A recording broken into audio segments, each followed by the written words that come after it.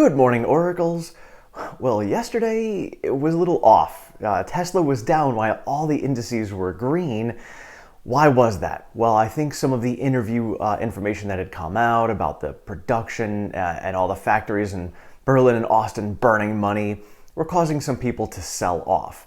Well, let's see how today goes, because Gary Black feels that today we are going to see some rebalancing in the Russell 1000, which could give Tesla quite a boost. So while I'm wearing red because we were red yesterday, I am wearing my neon shorts because I'm anticipating a very strong finish for Tesla this week.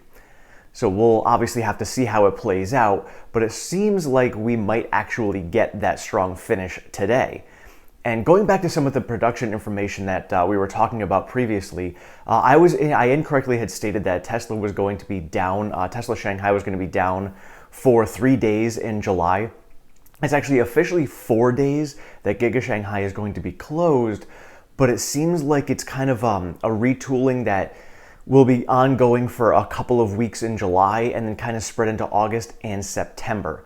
So a little bit of misreporting and misunderstanding by Reuters and a few other people on Twitter, so I apologize for that. So I wanted to correct that information today. So it looks like they will actually be down for 4 days at the beginning of July and then some retooling over a couple of weeks.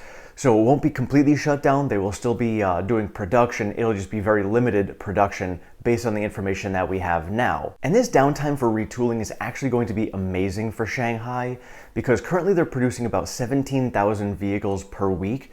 They're going to take this downtime, do the retooling, and they're going to increase production by 29% and anticipating 22,000 vehicles per week once they are complete. And the completion should be around the September timeframe. So looking at the rest of the year, we will be having a very strong Q4. And even Q3 is going to be strong. Looking like Austin right now is pushing out the long-range Model Ys. And I have a feeling that's the 2170 batteries. Troy Tesla thinks that's the same thing. He was talking about it over on Twitter. And looking at the timing of everything, where Elon was saying, they were having issues with the 4680 ramp, so they were trying to get all the tooling that they needed for the 2170s from Shanghai over here. And while it was definitely a painful transition because, no production was getting done, he said it was a very fast fix. Well, it seems like that fix has been fixed very fast. And it looks like the 2170 tooling is in Austin right now, probably putting out those long-range Model Ys. There has been confirmation that people are receiving deliveries on them. And looking back at timing of when my Model Y was pushed off another 3 months and then quickly thereafter was pulled back, and now it's actually earlier than it was before. And I have a more specific date of December 25th to February 19th. So because of all that, the timing of it lines up perfectly with Elon's interview. So, when he was talking about the issues being resolved, it was literally resolved right after he had said that. So it was definitely a very fast fix. And I have no doubt that's exactly why my Model Y was now pushed up where it was pushed out earlier that week. And one of the things we have to look at, Q2 numbers we are anticipating are going to be weak because of all the downtime we had in Shanghai. And then, because of the slower ramps of the 4680s and just slower ramps for both Berlin and Austin. And we're anticipating a weak Q2 because, as Elon said, you burn a lot of money when you're ramping up factories. This happened in Shanghai too. It's not like Shanghai didn't burn a lot of money when they started their ramp. They did, but they've already overcome that, and they're now a profit-making machine. I mean, it's insane over there how much profit they're pumping out of that factory. So while Austin and Berlin are a little bit slower to ramp, they will get to that point, and they are significantly more efficient factories than even Shanghai is.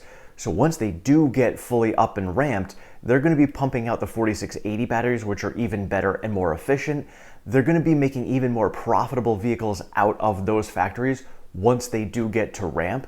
So they're going to overcome all of the losses that they took in these factories very quickly.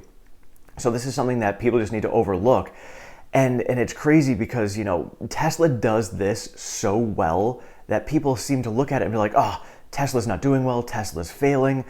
No, Tesla just does it so well that when they stumble a little bit, it seems like they're failing. But even when Tesla is stumbling, they are still much more successful than other manufacturers when they are not stumbling and are perfect. It's not to say that other manufacturers aren't going to be successful with this. They will, but the difference is Tesla does it so much faster than everyone else. And even Herbert Diess said it himself that Tesla does things 3 to 5 times faster than anyone else can. So if Tesla is going to be able to pump out these factories and get them up to speed within 18 months, it's going to take other manufacturers easily 5 years to get that same production out. And this is one of the things that a lot of people overlook when they're looking at Tesla saying, oh, Tesla's burning money with these factories. They seem to forget what exponential ramp is. You're going to start slow and then you're going to go on this ramp curve and then it's just going to be straight vertical. I mean, look at Shanghai. They're already going to be pumping out 22,000 vehicles per week, come September. That's within 2 years of them starting ramp in production. So within 2 years, they're up to 22,000 vehicles per week. So we're going to see the same thing out of Berlin and Austin, but they're going to be even more efficient and more profitable. So you just have to be patient and we're going to see this. And then don't forget, once those 3 factories are up and running at that level, pumping out profits, when Tesla does start ramping any new factories after that, it is going to be so much easier for them to offset ramp costs with other factories. They have been facing all of the worst headwinds anybody could have possibly imagined over the last 2 years. And everyone else was facing the same headwinds. It's not like Tesla is the only one who is dealing with it, but Tesla proved that they were the ones who could overcome it better than anyone else. And another thing Tesla can be using to offset some of these ramp costs is they just reintroduced enhanced autopilot back over here in the US. For $6,000, you can get enhanced autopilot, which has some of the features of FSD in it as well, just in case you don't want to spend the $12,000 on FSD. So that is definitely a great option if that is some way you want to go.